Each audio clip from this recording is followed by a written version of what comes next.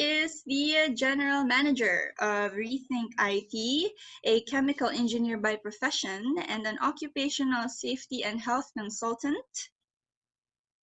She is an environment, health, and safety leader with more than 16 years of experience from diverse industries comprising of manufacturing, construction, petroleum services, telecommunications, etc. She has handled international HSE leadership role and worked with diverse teams, local and international. Her expertise includes safety leadership, holistic safety management, process safety management, occupational safety and health management, emergency or crisis management, Six Sigma Black Belt, environmental management, and management systems or standards, to name a few. So without further ado, let us welcome Engineer Joanne Janela. Thank you, Lex. Good afternoon, everyone. I am happy to see you all, guys, despite of the situation that we are having right now in the Philippines and globally. But thank you for the time to attend this webinar. So basically, our webinar session this afternoon will be divided into two parts, as mentioned by Alex. There will be two sides of the coin, so to speak. First is on the human side and on the technology side. And a new normal in safety management. So we don't really want to just dwell on COVID-19 issues only, but holistically, as a whole, what do we need to do to transcend a crisis, transcend the conventional? So it may be contextualized in our situation right now. I might be presenting to you, not just I will be presenting to you unconventional concepts about safety that has been a product experience as well for 16 years in the safety profession, as well as my own research. So after all these years of studying safety, practicing safety, I felt that there's more to it than meets the eye or what's in the textbook. So I did my own research. What's the bottom line of doing safety? What does it truly mean? And now that all of us are immediately shifting to digitalization, the more that the ethics of safety, as we now in the media, the importance of safety, what does safety really mean to us, or how should it mean to us? So to kick off the presentation part of our webinar, I would like to share to you an introductory video before I proceed.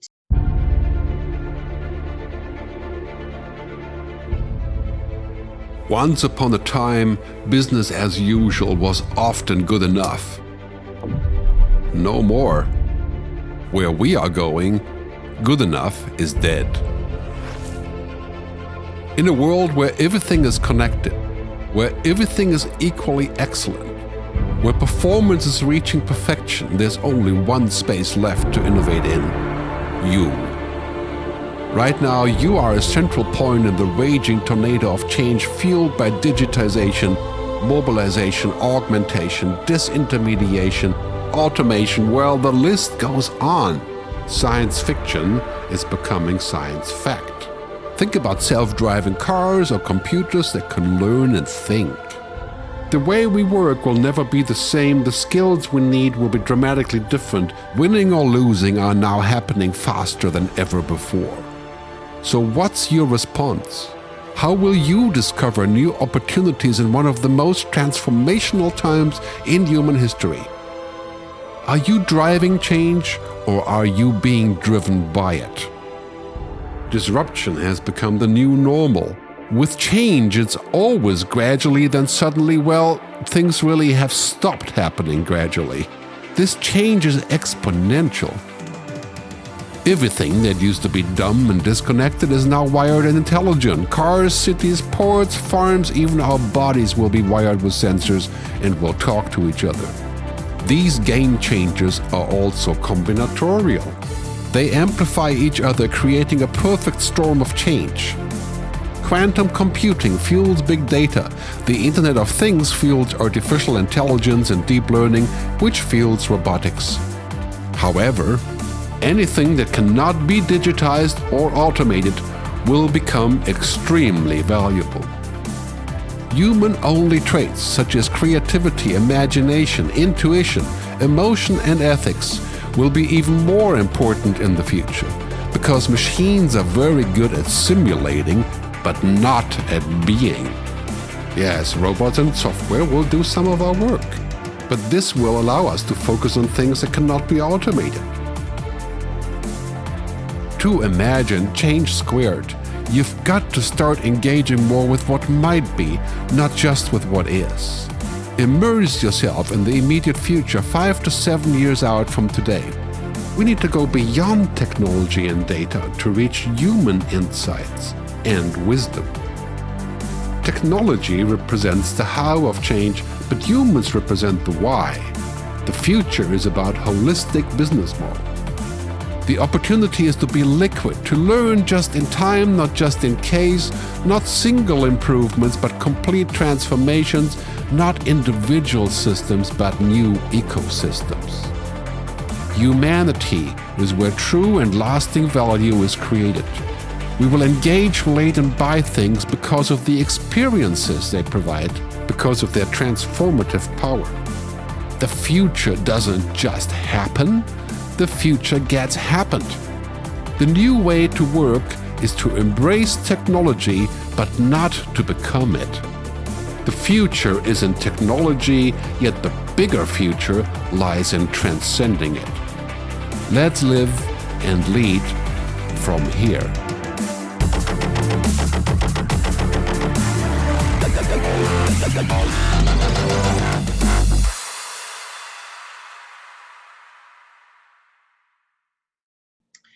Okay, so that's an introductory video about what is in store for us, not just in the future, but the future is actually happening now.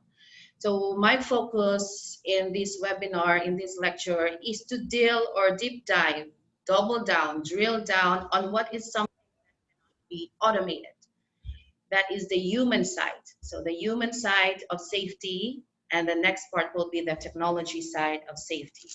In the future, which is actually happening now, what cannot be digitized will be extremely valuable.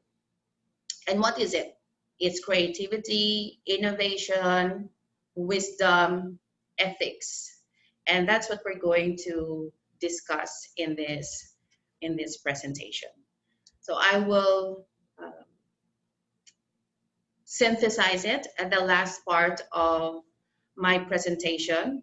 But before I go to the main message, I would like to lead you to a journey of how it developed, go through the process of how we wrestle with the ethics part or the human part of safety, the why of change.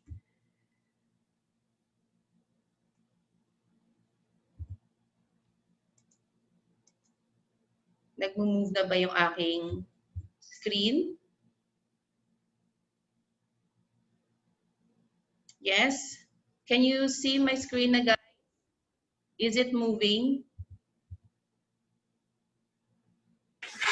Yes po. Okay.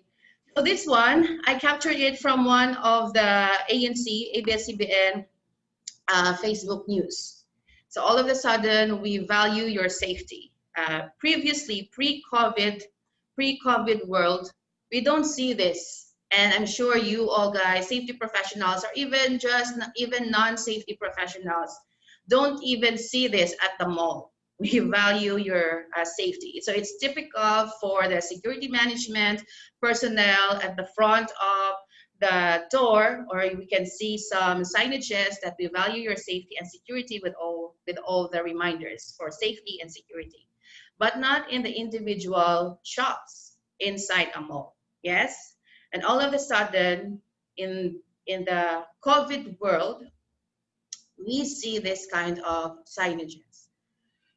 So somehow the situation of the pandemic now brought safety into limelight, brought safety up, and people get to see, realize the value of safety, not just in the industry, but in a day-to-day life.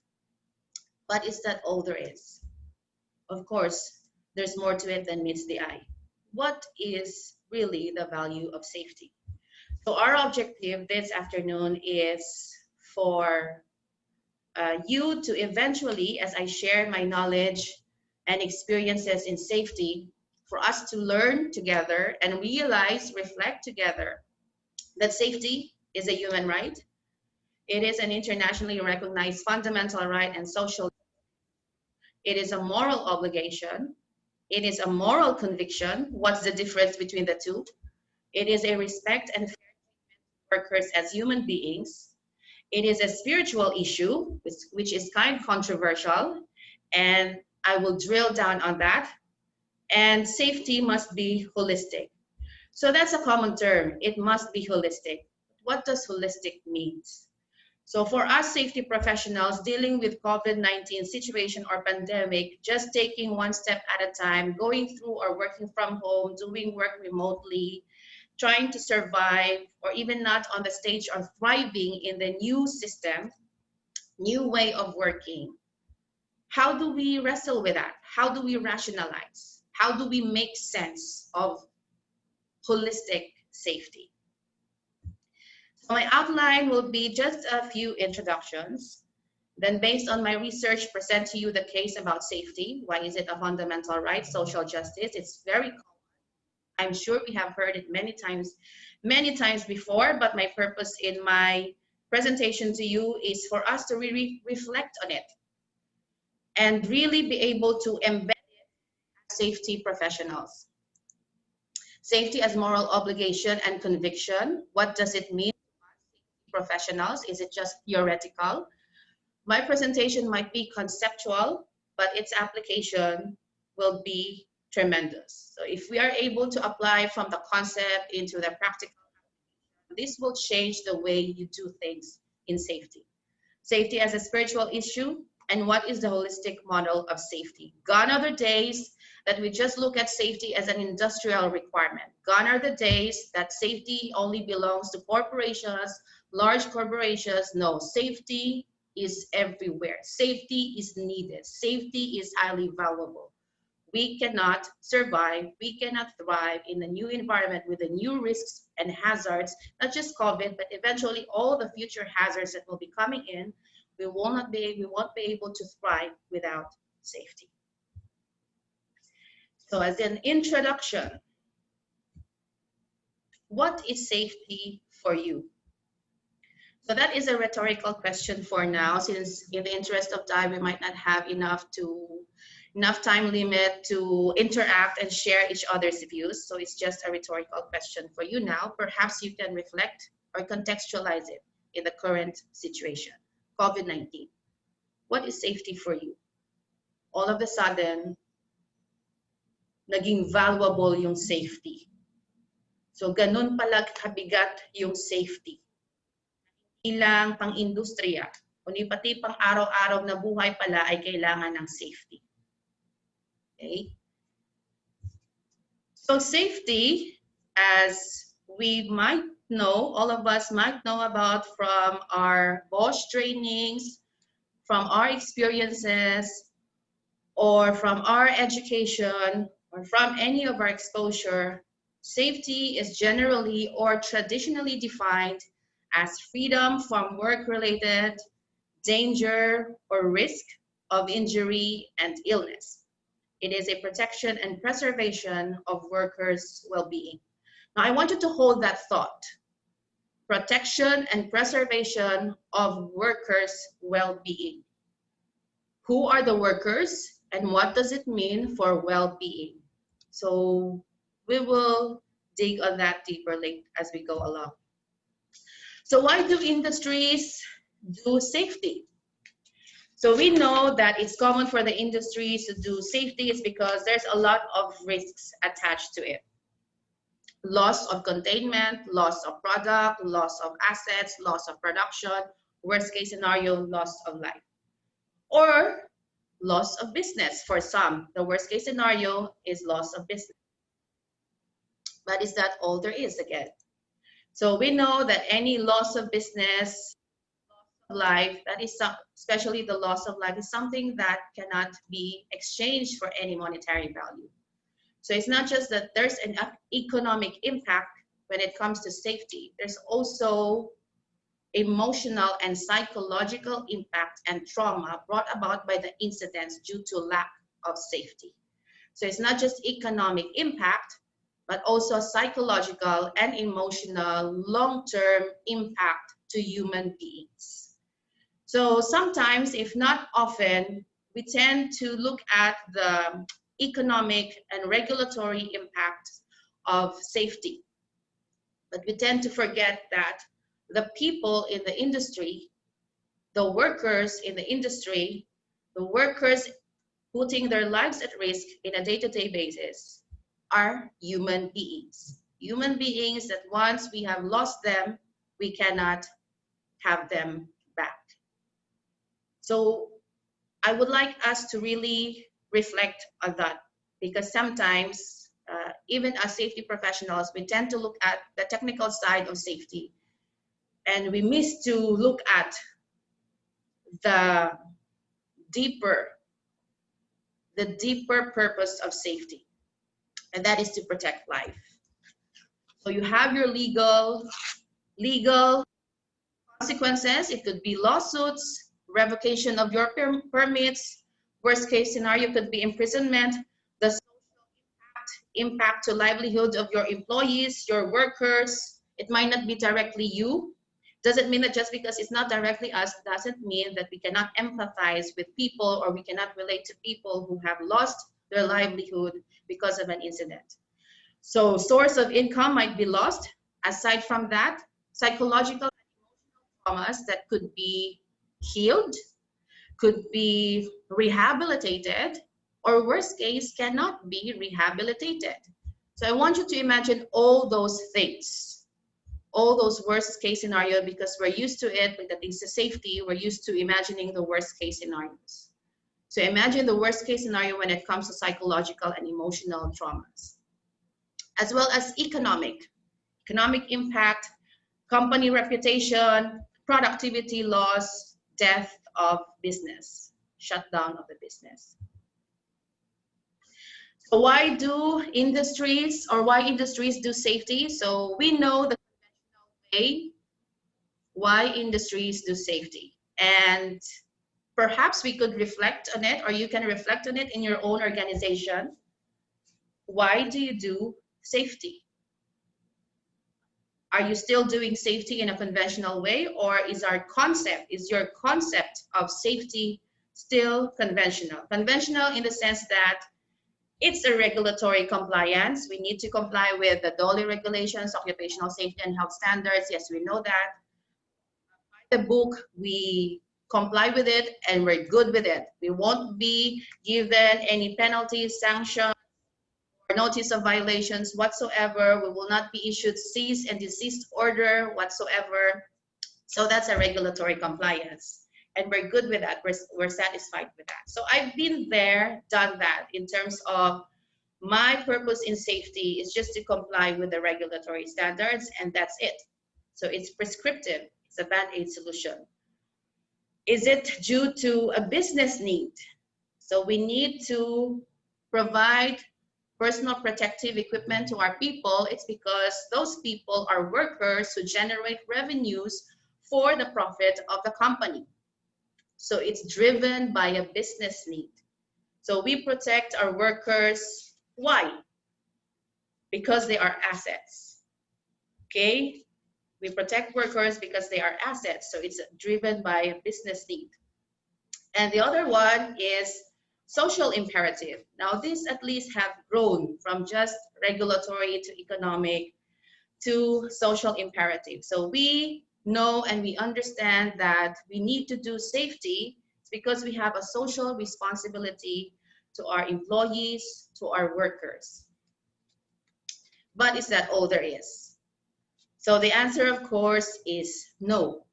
So hindi nagre-revolve ang safety between this conventional way: regulatory compliance, business need, corporate social responsibility, when in fact it's quite shallow to base the practice of safety in these three methods or in these three aspects. I'm not sure if some of you are familiar with Hammurabi Codex, or if some of you has encountered it in Bosch training. I have encountered it way back in my Bosch. So probably that would be 16 years ago,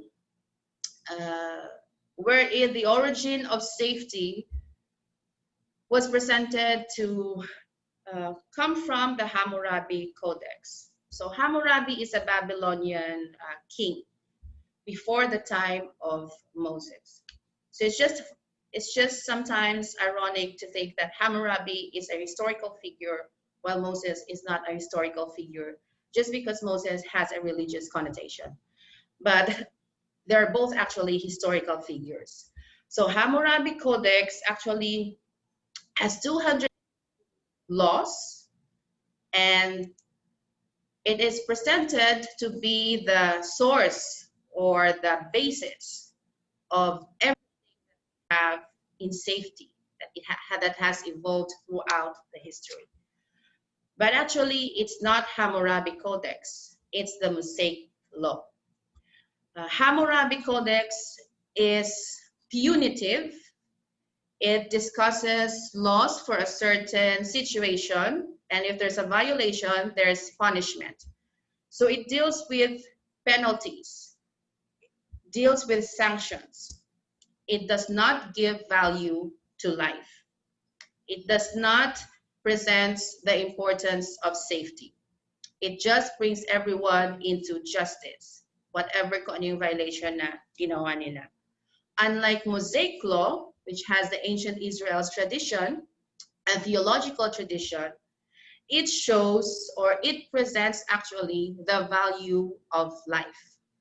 So iba yung kanilang kalakaran or iba yung kanilang methodology. They're actually polar opposites. One deals with punishments, penalties, while the other one deals with the value of life, the importance of life.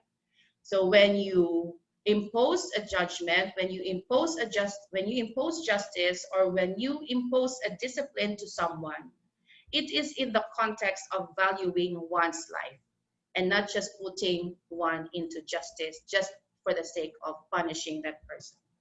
Now, Mosaic law is based from the Torah, from the ancient Israel, from the Dead Sea Scrolls. In terms of archaeology, so it is later than Hammurabi Codex. However, yung basis ng Mosaic law is the Abrahamic law, which is technically older than Hammurabi Codex. So in essence, the value of life and the message of safety did not come from the Hammurabi Codex. It actually comes from Abrahamic law. So now with that, we at least align the perception kung saan nanggagaling yung safety. So I'm quite into this. It's because I want to correct that perception. Hammurabi Codex versus Mosaic law. And it's commonly shared in trainings, in public trainings in safety. And it is my passion, it is my desire to calibrate that perception kung saan nanggagaling or saan nagmula yung safety. Hindi siya nagmula sa Hammurabi Codex. Nagmula siya sa Abrahamic law, Abrahamic precepts and principles documented into Mosaic law. Now, I would like to present to you 6 cases for safety, 6 arguments for safety.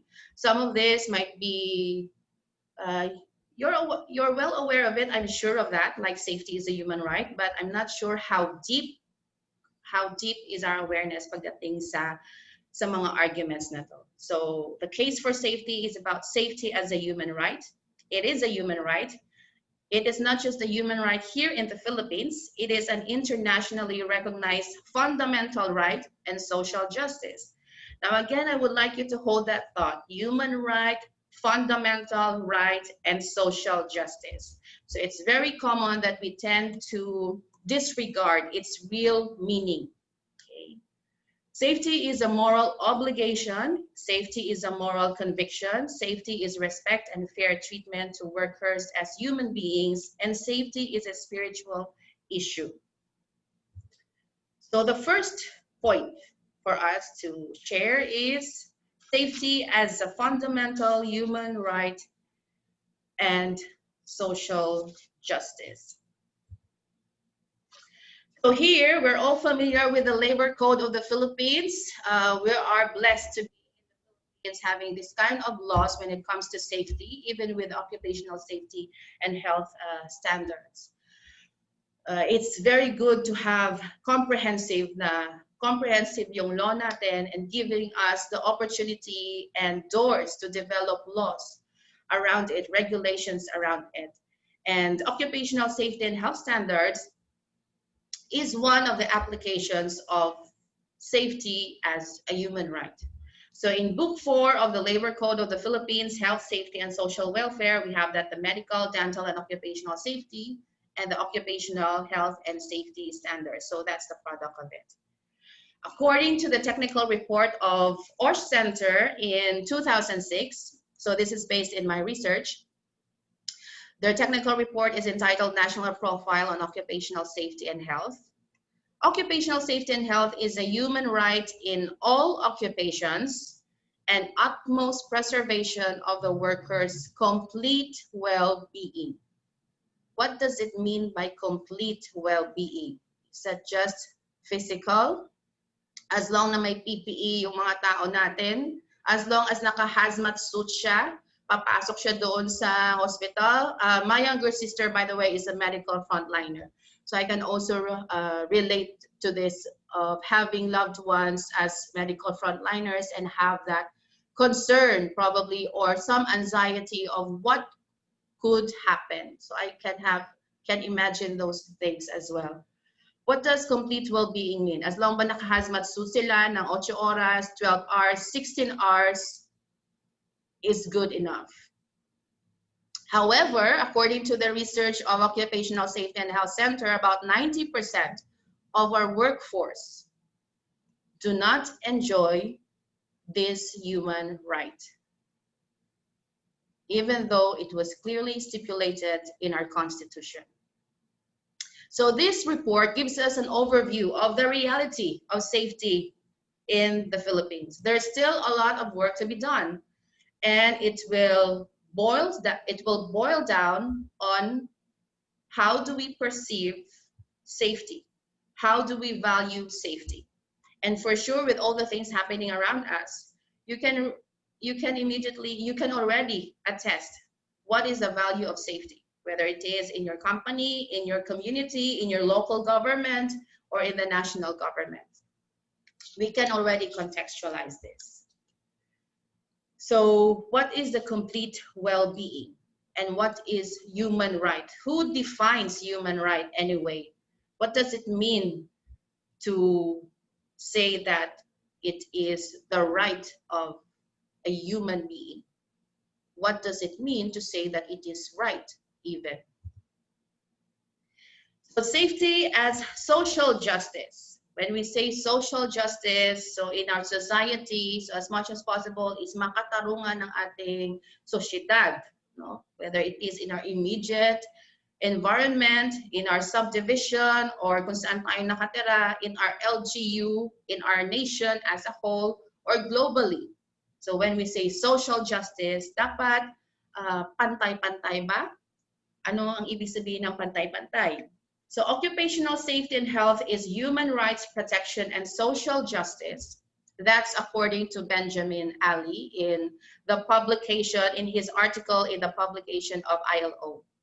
So you can find fundamental principles of occupational health and safety, and it's a really good reference on safety. For example, how do we apply that social justice idea? So should only VIPs have access to COVID-19 test or vaccine? Is it okay that middle class do not receive government support or aid during the COVID-19 crisis? So I'm just keeping, I'm just taking all these questions from my observations sa social media, kung ano nakita ko sa social media, sa environment, so ano nangyayari sa atin ngayon. So these are the questions when it comes to social justice. So pag middle class ba tayo, if we belong to the middle class, does it mean that we should not be given support or aid? Is it social justice?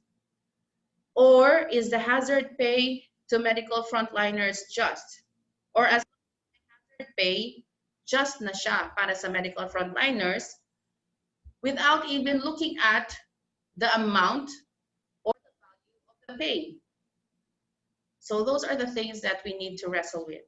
Is the hazard pay just for medical frontliners in terms of its implementation and in terms of its value or not? Should VIP be prioritized for COVID-19 tests and vaccine? So doon natin ma-evaluate yung social justice. Okay? Ano bang ibig sabihin ng social justice?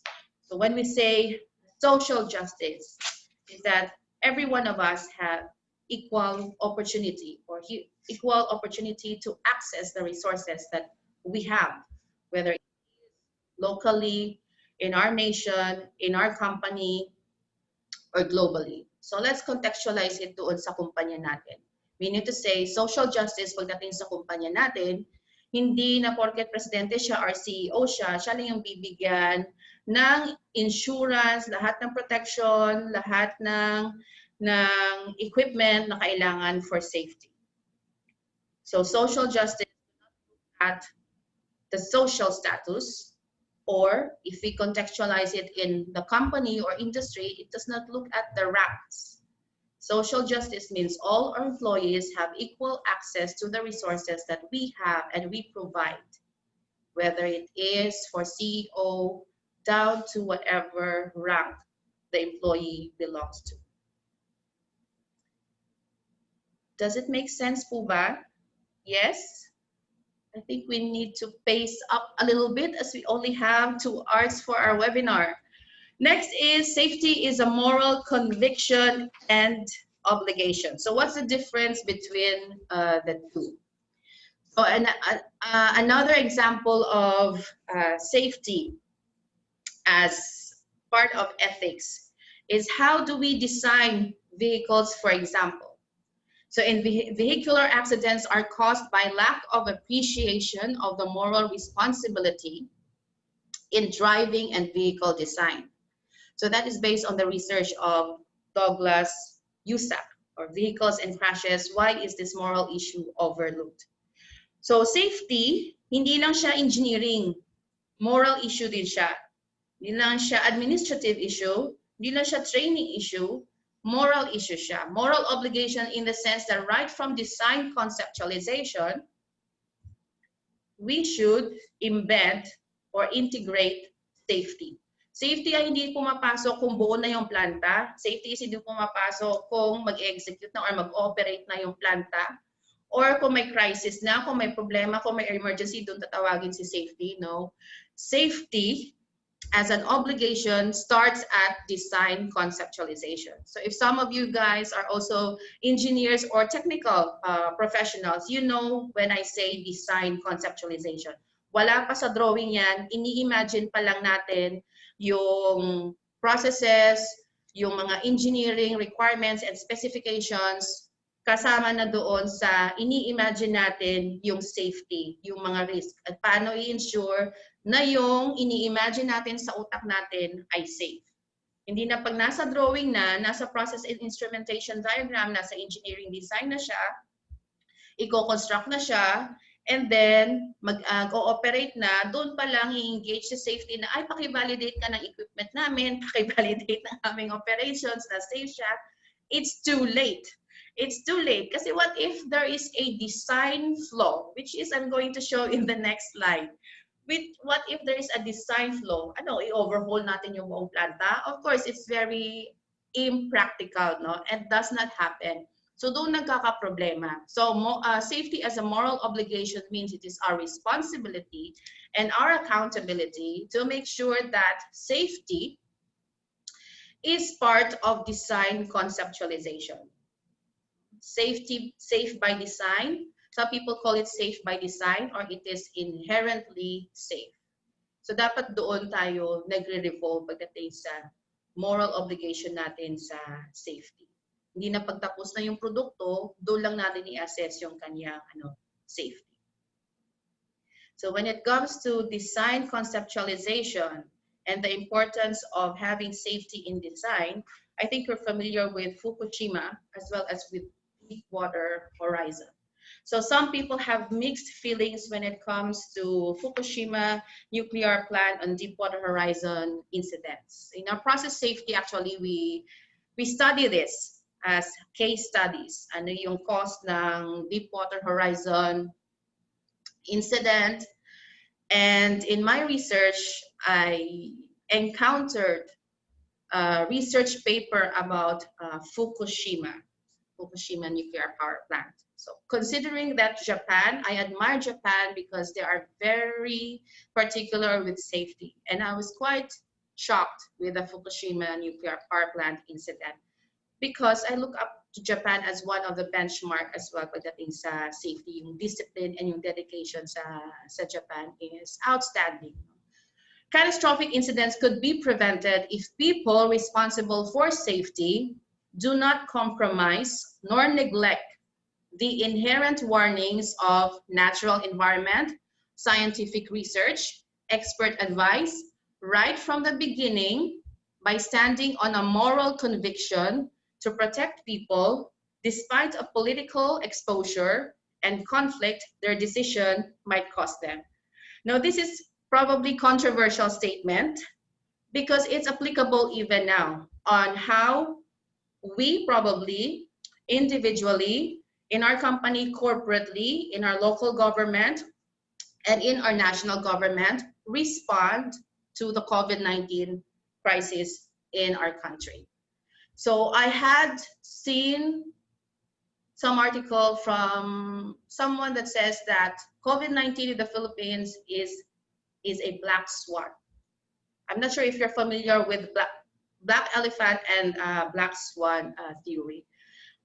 So this statement, I have drawn it from the article about Fukushima, that Fukushima nuclear power plant is, the experts there, or probably the business decision makers there, are already aware of the hazards and the risks.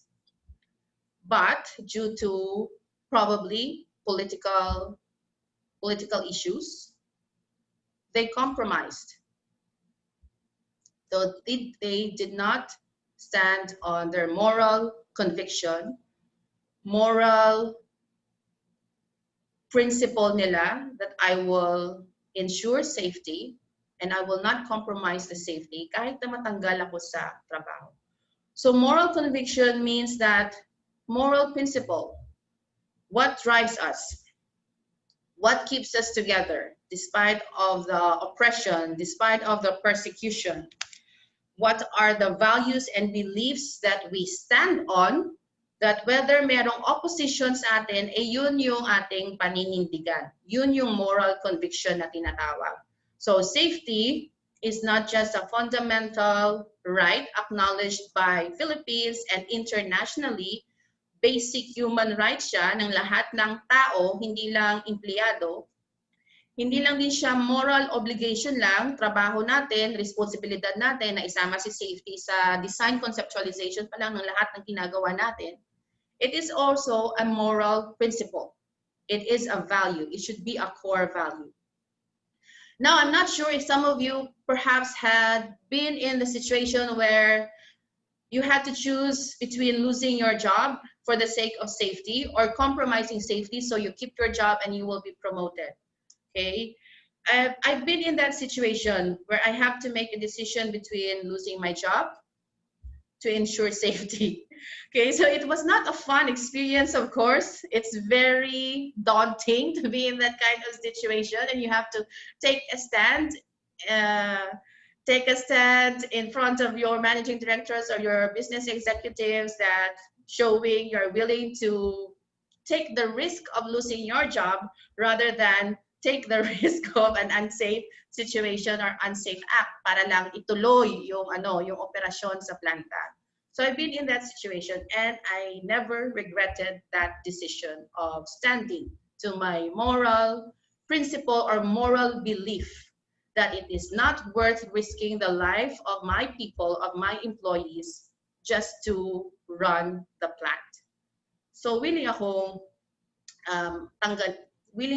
tanggalin ako. Actually, prepare ko na yung sarili ko na ang next pa na decision sa akin is i-terminate na ako kasi I might look as if I was very uncooperative or insubordination yung dating niya. But I'm thankful that it didn't happen, and the management appreciated that moral conviction to stand for what is right, even if everybody is telling you that you are wrong.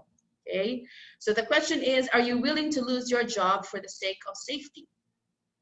Or if we contextualize it to our situation now sa COVID, are we willing to lose our lives just to save? If you can imagine the medical frontliners now risking their lives in order to protect and save other people's lives. And it's heartbreaking that the credit that is due to them, or the honor, or in terms of practical support, is yung mga benefits, ang mga materials, equipment na kailangan nila ay hindi na provide. And that will change if you look at safety differently. So if you look at safety as a moral conviction, the way we execute safety will change. So are we willing to lose our job for the sake of safety? Are we willing to lose our lives for the sake of the safety of others?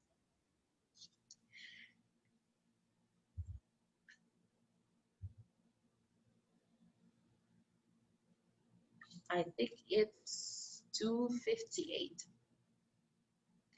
So as I have mentioned earlier, that there was some news that the COVID-19 is a black swan. What is a black swan?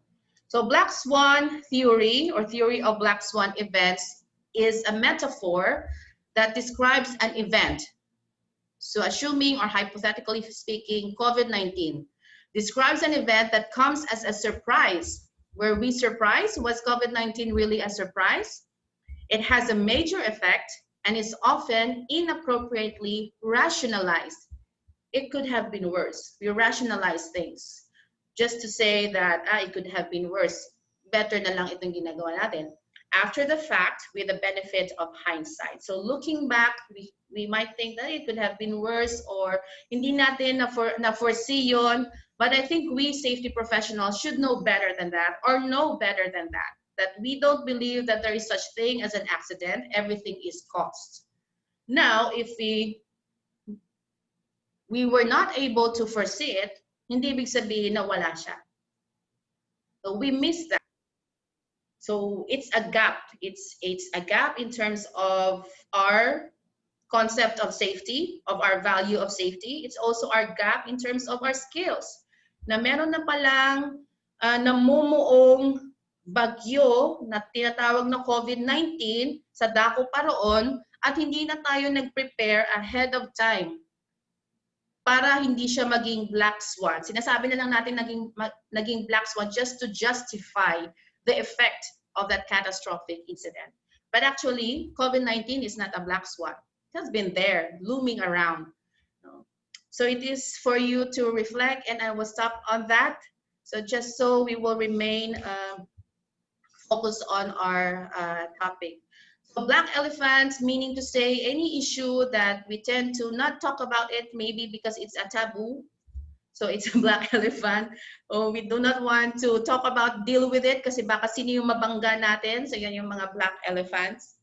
we need to deal with it in safety. So in safety, hindi lang na marunong lang tayo sa technical aspect, dapat matibay ang loob natin na bumangga at tumayo sa kung ano yung tama.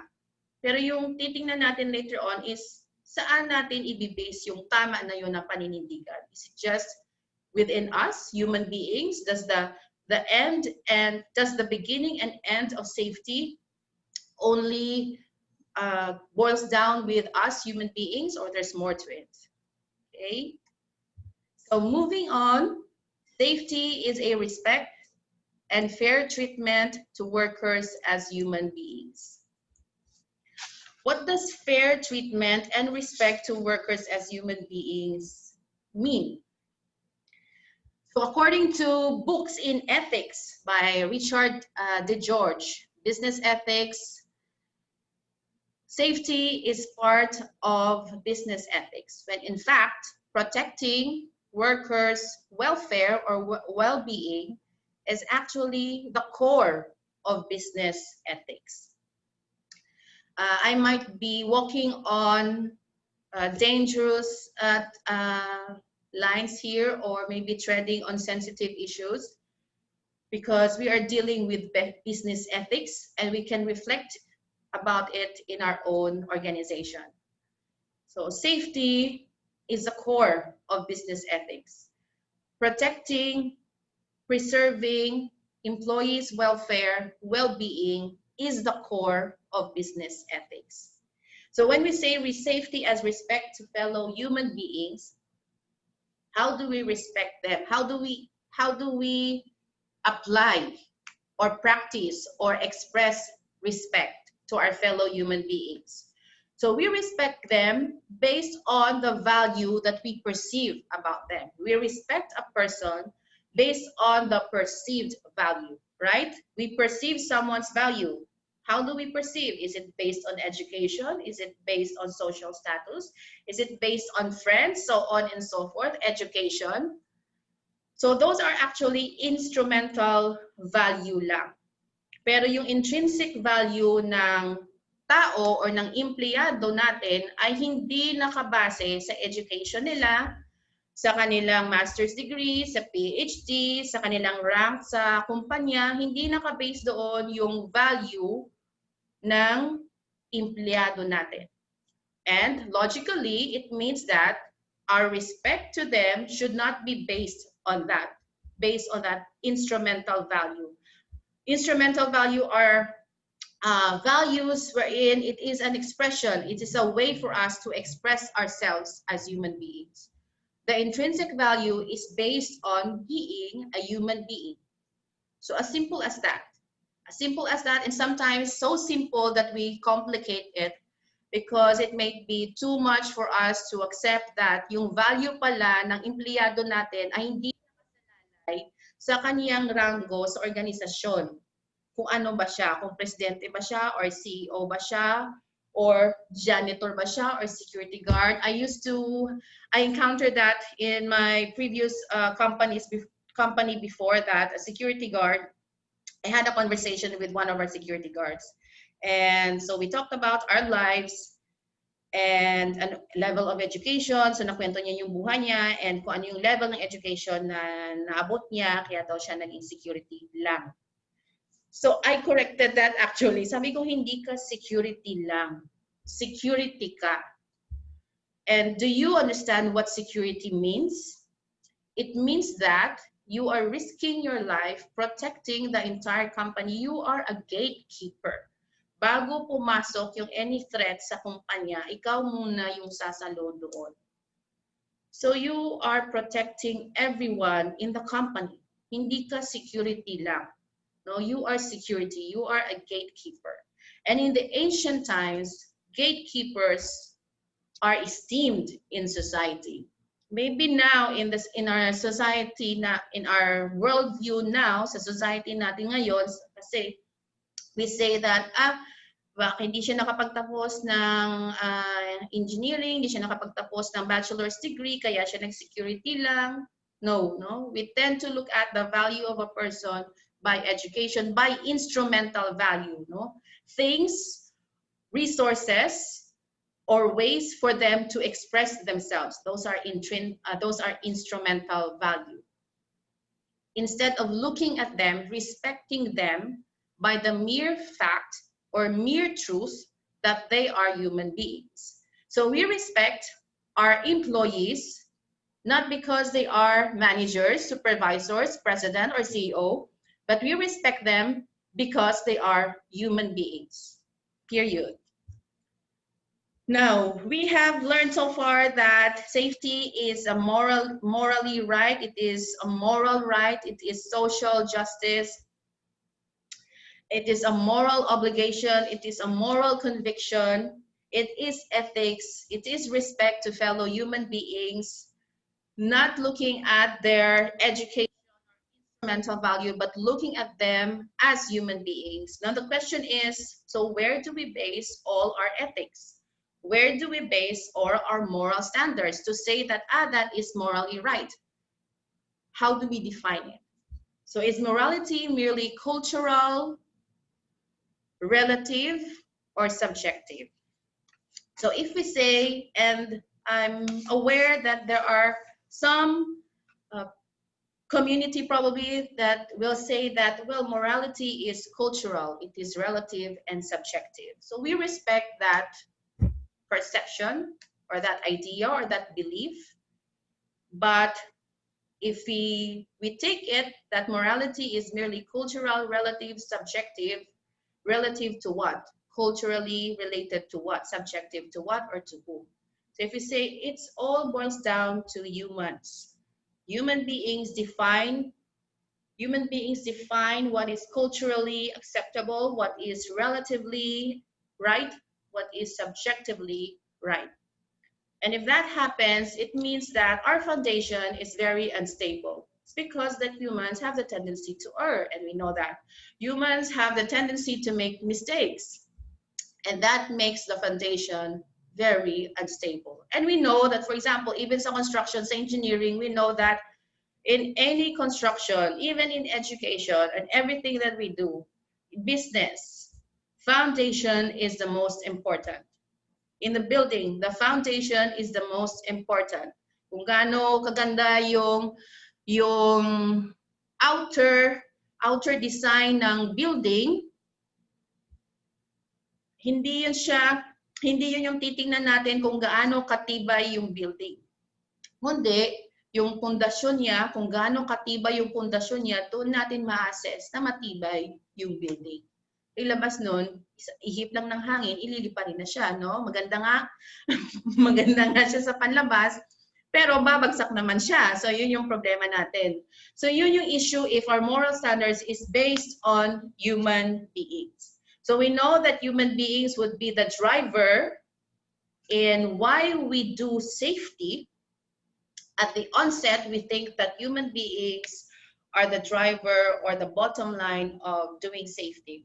But actually, there's deeper than human beings. So we dig deeper into the moral issue beyond human beings so that we can find something that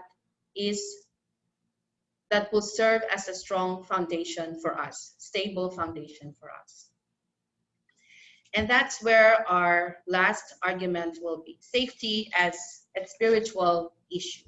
So when we say spiritual issue, some people get so probably not comfortable with this argument because some might tend to dissect or probably dichotomize between the physical reality and that spiritual is something that is abstract. But in fact, it is not abstract. So when we really dig into it, the spiritual aspect of a human being is not outside of the human being. It is part of the human being. And it is now getting some traction, not just from theological perspective or not just from a theological community, but even in the industrial community. When I was in the Bible school, actually, we had this course, Professional Development and Spiritual Formation, where all of us students were asked to do self-assessment about all our intelligences. So kasama doon yung yung spiritual intelligence. So that's why my question is, what is your SQ? Are you aware of SQ, or have you heard that before or not, or even are you aware with that? So SQ stands for spiritual intelligence or spiritual quotient. If we have IQ, intelligence quotient, we have EQ, emotional quotient, we also have SQ. And what's SQ got to do with IQ and EQ and all the rest of our multiple intelligences? In the academe, I also had the privilege to teach in the academe in our College of Engineering in Central Philippine University. So it's very nice to apply multiple intelligences. Multiple intelligences meaning to say either it's physical, emotional, psychological, and spiritual. Those are all multiple intelligences. So what you see now in your screens are not part of my own research and not products of my own research. It's part of my review of related literature, researching about ano ba yung spiritual issue. Is it just from a theological perspective lang ba, or how does the industry perceive spiritual quotient? And this is some of the results. So it is said that SQ is the ultimate intelligence. It is the integration of the IQ, EQ, and all our other intelligences. IQ, EQ, PQ, physical quotient, physical intelligence or awareness of our physical body. So SQ is not abstract. SQ actually integrates all of what we are and who we are as a human being. So just because we have a brain doesn't mean that all we got is a brain and we don't have a mind.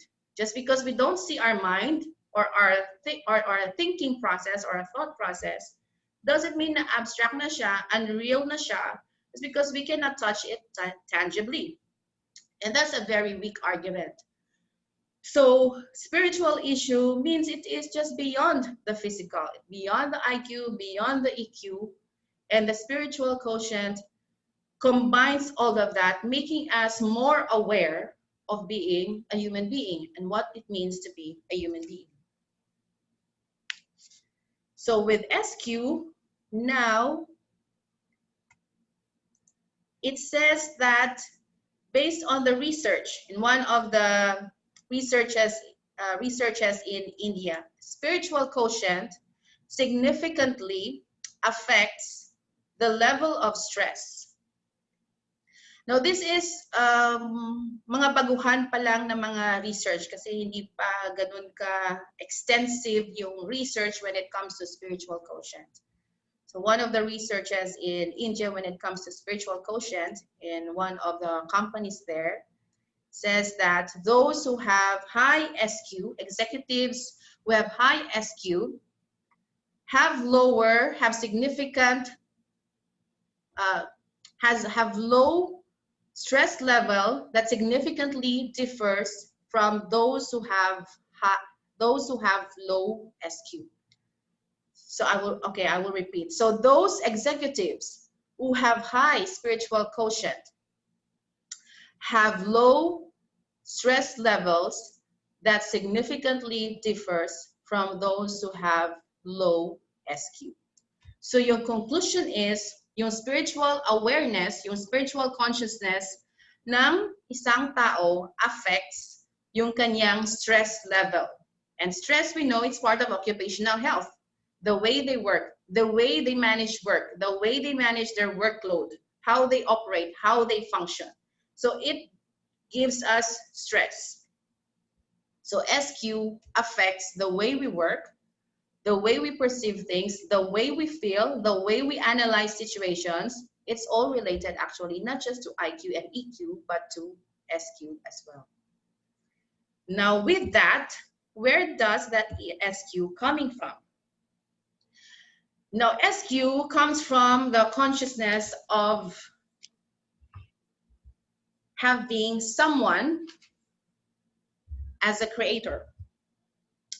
So the triangle that you see right now is and ancient Israel's model of relationship, basis of their ethics, wherein all of their ethics, whether in their community or at work, it is based on this triangle of relationship. The concept of God, concept of man, concept of environment. So the identity and nature of God as the source and theological foundation of moral standards, the social aspect or relationship with other human beings as a reflection or expression of our relationship with God and with respect to his image, and the economic impacts are the consequences of creation stewardship. So it means that the way we relate to fellow human beings, whether katrabaho natin or hindi, the way we relate to our environment, whether it is a man-made environment, we need to say our own workplace, building man siya, planta siya, or natural environment natin, boils down to how we perceive God, or boils down to our concept of God, whoever or whatever God is for us. So we reflect it. So we reflect, we express our idea of God to other people and to our environment. Now this is profound because if we conceptualize safety or we implement safety in this context, that we are accountable to a creator, and that our employees are our fellow human beings, and that our environment is entrusted to us to be taken care of and protected, we will change the way we do safety.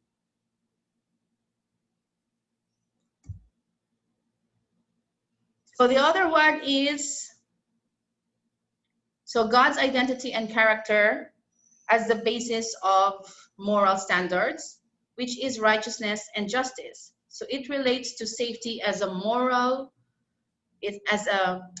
issue and a social justice issue. God's image is the human beings, and the workplace is the Garden of Eden. So that's a Hebrew character actually that you can see on your screen. That means avoda, or you can read it. It is read actually as avoda in Hebrew, and it means work in English. Avoda actually in Hebrew is also the same word used for worship. So that means in the ancient Israel, principles, precepts, and ethics system, place of work is also place of worship. You need to say our work is an expression of worship. It's an expression of our sense of purpose, and which is true. Some people say that work is nothing personal. That is not true. Work is personal. It is an expression of ourselves. So it is personal. So that's why if there's a feedback, we're not comfortable with performance feedback because work is personal. Now, what is the true meaning of safety? So based from the first few slides that I have shared with you about the meaning of safety, that it is a state or being free from danger or risk of injury. What exactly is the true meaning of safety? Safety actually comes from the Hebrew word shalom. And I'm sure some of us or all of us are quite familiar with shalom. It's a common Hebrew word used for greeting or saying peace. But there's more to it than just peace. Shalom means completeness and whole. That is the root word, that is the origin word of safety. Shalom. Peace, completeness, wholeness. So which means that safety is wholeness. Wholeness means lacking nothing. So when we say well-being, what exactly is well-being? Is it a physical well-being? A biological na well-being? Healthy siya? Is that all there is when we say well-being? As long nakasuot sila ng hazmat suit sa loob ng 16 hours nila na trabaho, okay na siya? Safe na siya? Is it safety? No, it's not. So hindi lang ganun yung safety na nakasuot lang ng hazmat suit si medical frontliner natin ng 16 hours. Dire-diretso yung trabaho, kukuha siya ng swab sample dun para mag-conduct ng COVID-19 testing, no? Wholeness meaning to say physical, emotional, psychological, and spiritual aspects of a human being is whole. Ganun po yung meaning ng safety. So if we really want to be serious about safety, safety means whole. It is our moral obligation and moral conviction that we make sure that our employees are whole, not just whole physically, but whole emotionally, psychologically, and spiritually. So that is the true meaning of safety. It's not just physically keep them outside of danger, keep them healthy, make sure that they are not infected with COVID. No, we make sure that their whole being, wherever they are, is whole. Does it make sense po ba? I think I have to move fast. Okay? So from there, I sorted out the different levels of safety from my research. Occupational safety as first level to level 5 spiritual safety. So some of us may be in psychological safety now. We have a mental health law in the Philippines, which is very good. Some people are not comfortable when we talk about mental health, but actually that's very important for us to deal when it comes to safety. So occupational safety lang ba? Hanggang regulatory compliance lang ba tayo? BBS, yes, that's very good. Process safety, meaning to say pati yung design ng ating mga planta, engineering raw materials is dinadissect natin, ina-assess natin. How about the emotional and psychological wellness and health ng ating mga empleyado? Do we check on them? So on and so forth. And the highest level of safety is their spiritual safety. So do we acknowledge that there are people have needs beyond physical, emotional, and psychological, and we recognize and we provide resources or avenues to meet that need.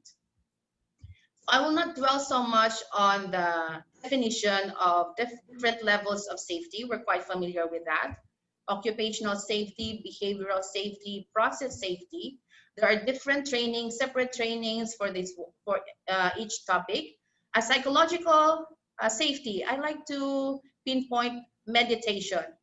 Meditation is encouraged in other companies who have mental health program, but actually, meditation is a spiritual practice.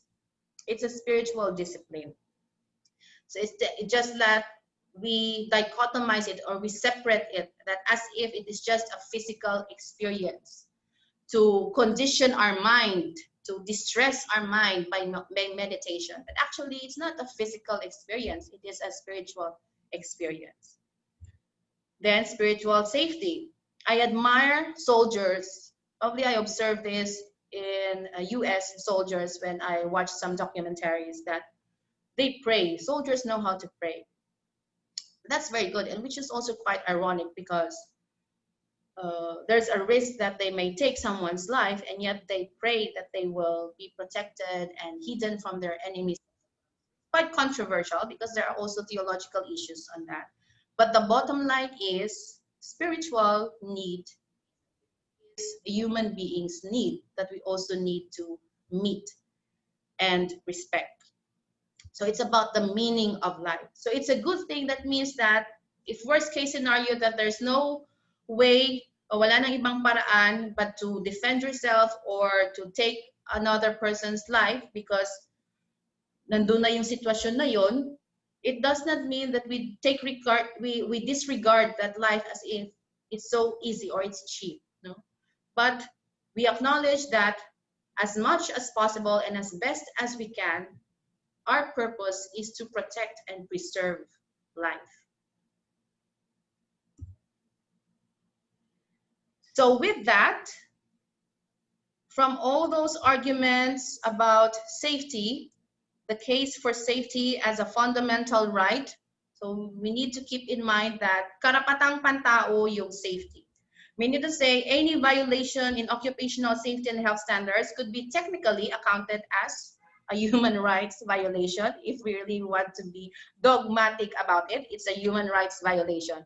Kapag nire-require natin yung mga empleyado na salary deduction yung kanilang PPE, very common in a construction industry sa mga subcon, that's actually a violation of human rights. Fundamental human right, it is a moral obligation. It is a moral conviction. It should be a moral conviction. Prinsipyong pinanghahawakan natin. It is also a spiritual issue.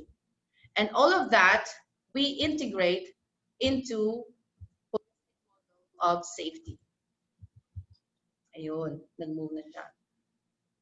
So in order for us to transcend our conventional way or conventional thinking of safety, we need holistic model of safety. What is that holistic model of safety? It means that yung foundation natin is hindi nanggagaling sa tao lang, na yung human being is an end to itself. We have heard about people-based safety. We look at people as the reason why we do safety. That's not the reason why we do safety. We do safety and we should do safety. It's because it is a reflection of our concept or idea of who God is. And that is founded or based on the character of God. This is from a Christian perspective, but we can relate it from other religions. Depends on your religious backgrounds. Your idea of God, whoever or whatever God is a reflection of how you operate as a human being, whether as an individual or sa company ninyo. So God's identity and character as the foundation of safety. And it has 4 aspects, actually, not 3 aspects. Not just legal, business, and social. It has 4 aspects. The legal accountability, the spiritual maturity, the social responsibility, and economic sustainability. How do they relate together? So from our foundation of knowing that our source of morality, our source of moral standards, what is right and what is wrong, what is righteous, what is justice for us, is hindi nagagaling sa tao, kundi galing sa Diyos or sa concept natin ng Diyos. And fellow human beings should be respected as human beings, not as CEOs, not based on their instrumental value, but based on their intrinsic value as human beings, because they are equally same image of God. And our safety should revolve in these 3 relationships. God, our concept of God, influences the way we relate to our fellow human beings, our workers or employees, and influences the way we relate to our workplace. Anong meron sa kumpanya natin na kailangang baguhin? Because it is the fundamental right of human beings that they should be provided with a safe and healthful environment. What does it mean for us? So our idea, our concept of God will influence the way we take care our environment, whether it is a natural environment or a man-made environment. So it's about creation stewardship, which is the essence of business. We take care of our workplace, we have good production, we take care of our natural resources and man-made resources, we have business operations. The same as our relationship with God, or how we relate to the concept of God, is expressed or can be shown on the way we relate to other people, such as our employees. And the same as the relationship of God and the environment is the provision of the resources that we have, whether it is man-made or natural environment. So that's the holistic model of safety. Yes, we protect the life of people, we protect the environment, we protect the business, but bottom line, it's about the character of God or the concept of God. And in order for us to have holistic safety management, so titingnan natin yung ating kapwa, yung ating empleyado as kapwa-tao natin, regardless of their social status, regardless of their ranks in their organization. We take care of all the assets or environment, man-made or natural environment, as part of our creation stewardship, as a reflection of who we are in relation to our concept of God. That is the holistic safety management. So holistic safety is a new paradigm for safety management that I passionately share about, that I have learned in my research, and I passionately share to you now. with the hope that it will change the way we perceive and how we implement safety. Because it might be na wala tayong resources.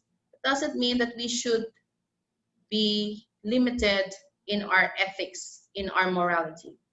And that's one aspect, critical aspect, extremely valuable aspect to transcend a circumstance, whether it is a crisis or conventional way of doing things. And that ends my presentation. Thank you. Okay. Thank you everyone for your comments chat group. I think we can move on with the next part of our webinar. So tuloy-tuloy na because we only have 2 hours. Kung gusto ba natin na extension, sa susunod naman po yung may extension. So the second part of our webinar is about technology. So in the first part, I shared to you the ethics part of doing things in safety, not just in the new normal of trying to survive or thrive, but really transcend the conventional and transcend whatever circumstance that we are in right now or we may be in the future. So that's the ethics part. Now, Alex will show to you the technology side of the new normal. Go ahead, Alex. Thank you, Ms. Joanne. With all that has been discussed, allow us to present to you our software solutions as your aid in being a step ahead in safety during this COVID-19 pandemic. With the power of the internet being optimized and the ability of the cloud as well, we at Rethink IT can guarantee that these software solutions are carefully programmed and suited to all situations at hand and is adaptable to whichever setting that is in line with your safety and risk management. Allow me to share my screen. So presenting our system solutions designed for safety and risk management, of course, this will allow you to be COVID-19 ready and new normal ready. Rethink safety. So Rethink Safety is a live business of Rethink IT, pioneers in the creation and development of proprietary platforms for proactive approach to risk management, living up to this advocacy of safety simplified. So we have 3 product solutions: Rethink EHS, your safety management software; 1-800-SAFETY.com, your product solution platform; and SafetyHow.com, your social computing platform. Rethink Safety Alliance. What we do. The 3 online systems are linked together so that information can flow seamlessly from one site to the other. Integrated, they address the 3 essential elements of risk management: tools, knowledge, and equipment. They may be used separately, but together they are a powerful tool to address and manage operational risk efficiently and effectively. This is the Rethink Safety Alliance. So this safety software solution can aid you in your organization, especially during this time of the COVID-19 pandemic. Before we go to one of the products under Rethink Safety Alliance, allow us to show you EHS Pulse, an additional platform that we have. It is internet-based. It is contactless when it comes to sharing data and information. You can have instant access to incidents, accidents, etc. anytime and anywhere. Your safety instant messenger during this COVID-19 pandemic. So EHS Pulse. In a world where accessibility to the ability of giving precise information through communication is favored, we are being dared to keep up this fast-paced style of living.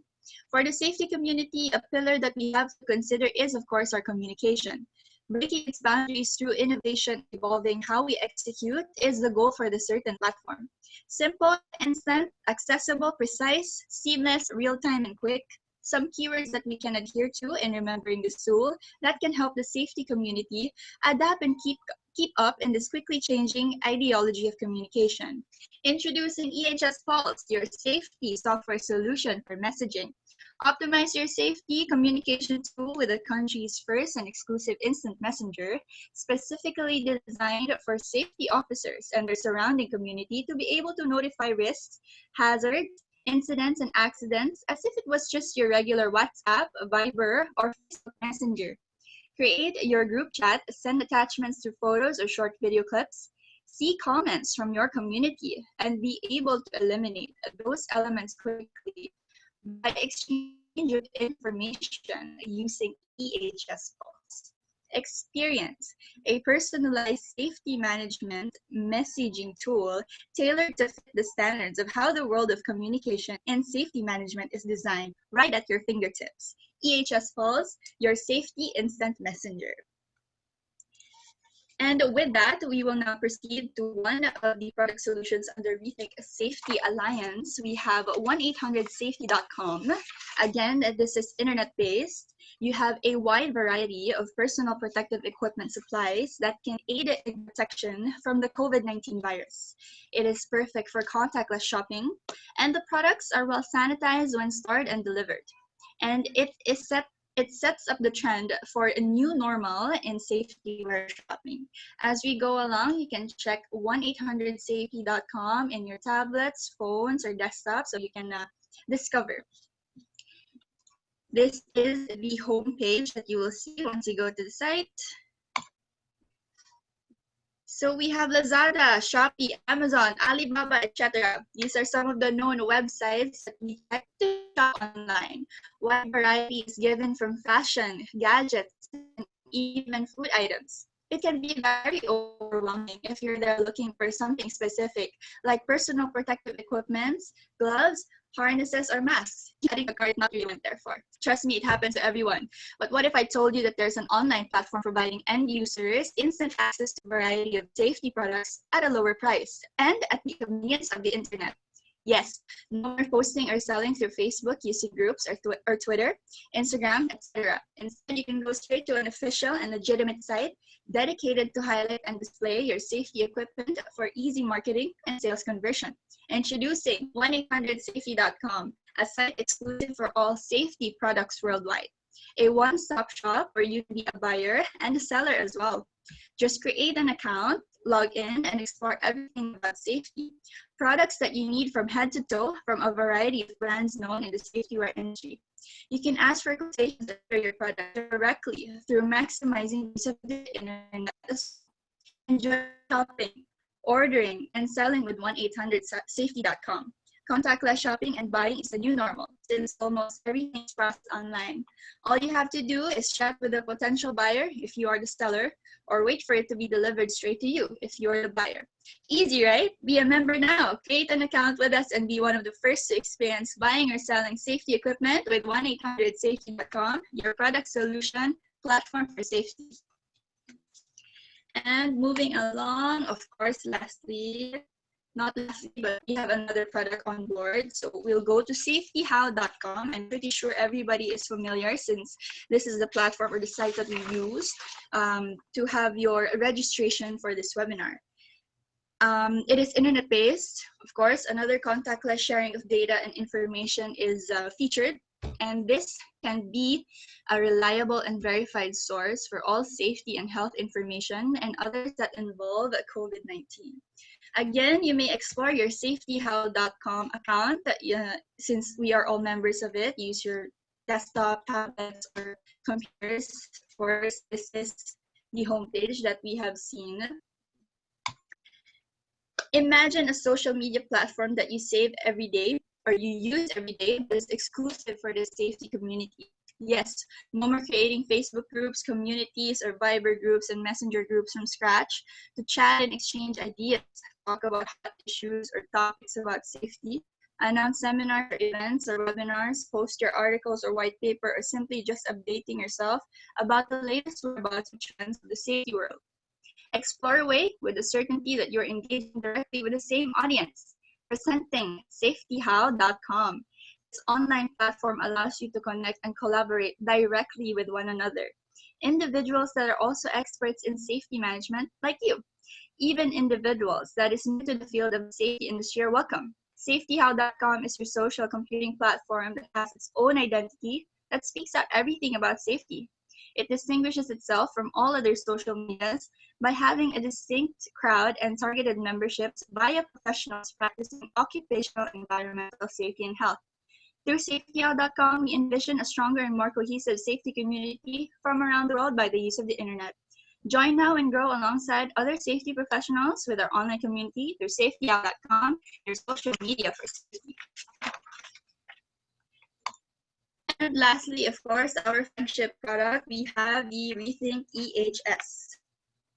Of course, Rethink EHS is cloud-based, Wi-Fi enabled, automated management of safety and risk, and is capable of contactless sharing of data anytime and anywhere. Precise recording and tracking of all employees' safety and health protocol compliances under COVID-19. You can record illnesses, accidents, injuries, etc., and other COVID-19 related issues with ease, security, and privacy. It is an effective way of communication during this pandemic. When it comes to contactless sharing data of information, the software can be accessed via desktop or smartphones or even your tablets. It's accessible anytime, anywhere. It enables productivity improvement and time savings. Here on your screen, some key points for safety and risk management, force manual and automated with your Rethink EHS. Automation of your management has now improved tracking and data analytics. Safety and risk management is now simplified, precise, and quick because of the capabilities each feature have that complements the task needed. It is obvious as well. For all of us, digitized and automated when it comes to safety and risk management is better and much more efficient. And moving along, of course, you have 7 basic modules of your Rethink EHS. You have here compliance, incident risks, safety observations, meetings, business, and content that can aid you and your organization in living up to the new normal during this pandemic, while still achieving business continuity and assuring your personal safety all throughout. These modules will be discussed further, of course, in the latter part of the presentation by the live systems demonstration, of course, with one of our own. So please do stay with us. Rethink EHS, of course, supports your organization's safety and risk management and assists in making informed and strategic decisions. It adds value to your company and it can reduce insurance costs due to effectively managing your safety. Precise and accurate real-time data that are critical for work improvement, of course. And moving along, we have here your performance, of course. With your automation, you can create and monitor it. You have here your permits, your employee injury and illness, employee training, contractors, energy consumption, etc., etc. And of course, the government reports that is being very strong and is out now because, of course, President Duterte had this RA 11058 that I'm sure everybody is familiar with. Was mentioned during our boss training. Moving on, of course, safety iceberg. You learn from incidents to prevent accidents. Of course, in layman's term, we always say prevention is better than cure. So before accidents, illnesses, or injuries involving the COVID-19 virus, we can prevent it together with EHS and eliminate in total any risks or hazards that can affect negatively our business in the long run. And hierarchy of controls. Of course, EHS has this feature. Well, of course, we all know the hierarchy of controls. Of course, your elimination, substitution, engineering, administrative, and of course, lastly, your personal protective equipment. EHS is actually programmed with this ability in suggesting control measures for the purpose of its effectiveness and the cycle that goes along with it. Moving on. Comply with standards to ensure business continuity. Of course, we all know compliance and safety and health is now a matter that needs to be given importance. It's a very, very big factor in keeping our organization's best foot forward, especially now that we have COVID-19. With a simple model you see in your screen, EHS is designed to effectively manage all the nitty-gritty that comes with today's new normal in the way of working, may it be startup or a big enterprise. So Rethink EHS. saves money by managing a company's compliance requirements in an efficient and systematic manner. So that is all for me. We are moving on. Kindly be with us. And Ms. Joanne will play a short video, an introductory video for Rethink EHS before we proceed with the live systems demonstration. So please do enjoy.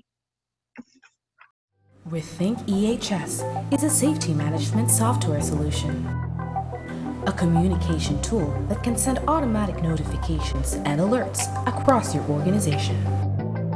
It is equipped with real-time dashboard for your EHS KPIs. It is fully customizable to fit your company's requirements, allows you to export data and create reports, highly capable for desktop, mobile, and even offline use. It is also cloud-based, ensuring your safety management system is seamless, accessible, and secured. Rethink EHS has 7 preloaded modules as part of its basic package. First is the Incident Manager. The Incident Manager has 4 sections: Notify, Record, Investigate, and Correct. The Notify section allows you to report incidents, while the Record section is the registry of all incidents reported. The Investigation section is where you conduct and record your incident investigation in real time. It includes root cause analysis tools, as well as a severity or risk rating for the incident. You can then print out the incident report, save it in a PDF format, or export it into a spreadsheet, MS Word format, or even convert it into a regulatory report format. The Correct section is where you record your corrective and preventive actions using the hierarchy of controls. You can assign the responsible person for the action, set the target completion date, and indicate the required estimated investment cost. There are preloaded recommendations that you may refer to for engineering, administrative, and PPE solutions, or you can add more according to your requirements. The Risk Manager is where you do your hazards identification, risk assessment and controls, or the HIRAC process. First, in Identify section, you can add or report hazards to build up your company's HIRAC database or risk registry. In Assess section is where you do the risk assessment using the preloaded or your own company's risk assessment matrix and classifications.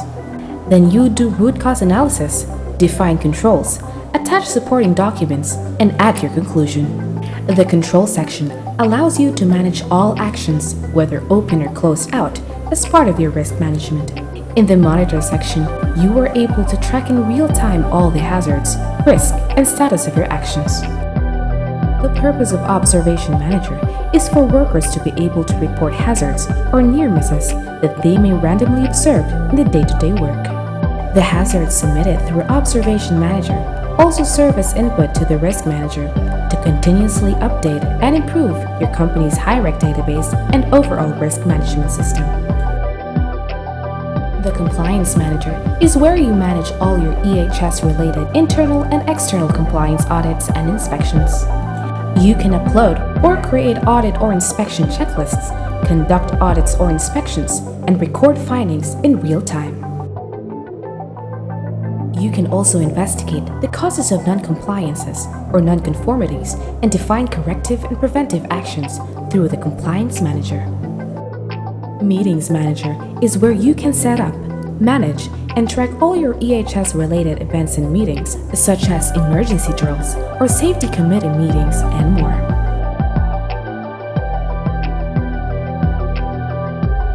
You can record the minutes of the meeting, define controls, and monitor status of action. In the Business Manager, you can manage all your EHS and business-related permits and licenses, track their status, and set up proactive alerts or follow-ups for renewal before expiration dates. This prevents you from incurring penalties due to late renewals. You can also set up and track your employees' EHS records, such as training, drills attended, incidents involved, and more. In Third-Party Profile section, you can build up your contractors' records and track their EHS compliances. In addition, you can also track your energy consumption in Business Manager. The last module in Rethink EHS Basic Package is the Content Manager. Content Manager serves as your electronic library for all your EHS-related documents, such as industry or regulatory standards, your company's management system manuals or standard operating procedures, your material safety datasheet, and many more. It is also connected with Safety How, our online social platform for safety, and 1-800-SAFETY.com, our product solutions platform.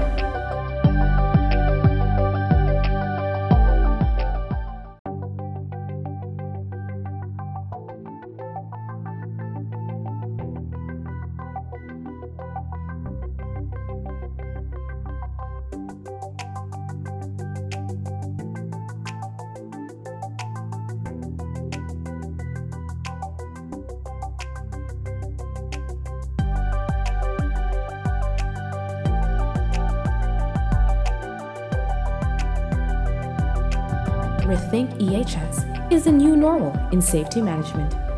Transcend the crisis and the conventional with Rethink EHS, your safety management software solution. So before I turn over to Alex, I will just wrap things up and reiterate my conclusion that for us, in order to transcend any crisis and transcend the conventional, we need to have a new paradigm, new mindset about safety and the way we do safety. And that starts with a holistic view of safety, holistic model of safety, and with technology.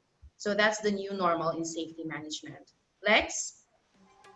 Thank you, Ms. Joanne. I hope everybody's doing good and not too overwhelmed with information. As we near the finish of our webinar, I would like to remind everyone that their Safety How membership account is now active, and you can explore and collaborate more with our growing safety community. Also, through the same email address you have registered in, our team will be sending you a survey for completion to be able to receive your e-certificate right after. Kindly do bear with us should there be any delays, as we try as much as we can to accommodate each and everyone. If anything, you can always reach us out through our contact details, email us, or through social media, of course, Facebook, LinkedIn, Twitter, we're all there. And congratulations to all of us. For sure, we are more than covered and ready during this COVID-19 pandemic and to take on the new normal. Once again, my name is Alexia, and I had fun and learned a lot. I hope you all did too. On behalf of Rethink IT Incorporated and the Safety Center Group, we thank you all for choosing us to be your partner in being one step ahead in safety. Stay safe, everyone. Thank you. Thank you, guys. Thank you, everyone. Bye-bye.